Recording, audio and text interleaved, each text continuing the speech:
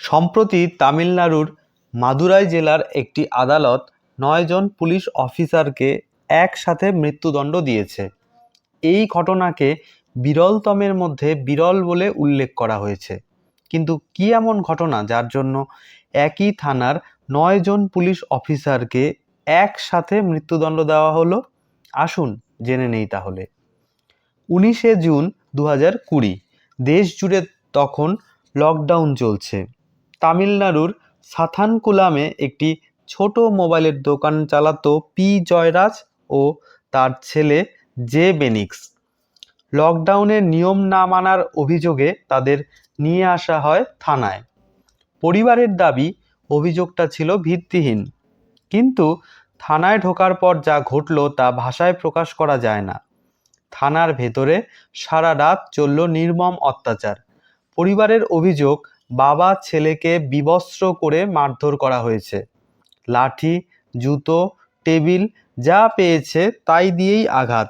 শরীরে অসংখ্য ক্ষত, মলদ্বার দিয়ে রক্তক্ষরণ, চোখ ফুলে যাওয়া, হাড় ভাঙার চিহ্ন। তারা চিৎকার করছিল, কিন্তু কেউ শোনেনি।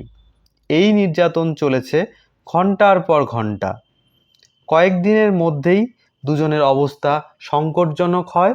হাসপাতালে নিয়ে যাওয়া হয়, কিন্তু বাঁচানো যায়নি। প্রথমে ছেলে, তারপর বাবা। একটা সাধারণ লকডাউন ভঙ্গের অভিযোগে 2টি প্রাণ চলে যায়।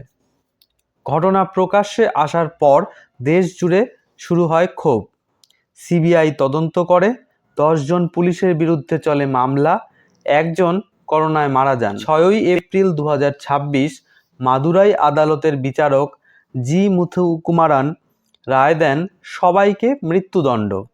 তিনি বলেন, এটা রেয়ারেস্ট অফ রেয়ার কেস। যারা আইন রক্ষা করার দায়িত্বে ছিল তারাই নিরস্ত্র মানুষকে হত্যা করেছে। এই রায় পুলিশি ক্ষমতার অপব্যবহারের বিরুদ্ধে একটা বড় বার্তা। কিন্তু প্রশ্ন থেকে যায়, দেশে এখনও কতগুলো এমন ঘটনা ঘটছে যার কোনো বিচার হয় না? আপনার মতামত কমেন্টে জানান। পুলিশি নির্যাতনের বিরুদ্ধে সচেতনতা বাড়ান। Justice for all. ভিডিও ভালো লাগলে লাইক, শেয়ার ও সাবস্ক্রাইব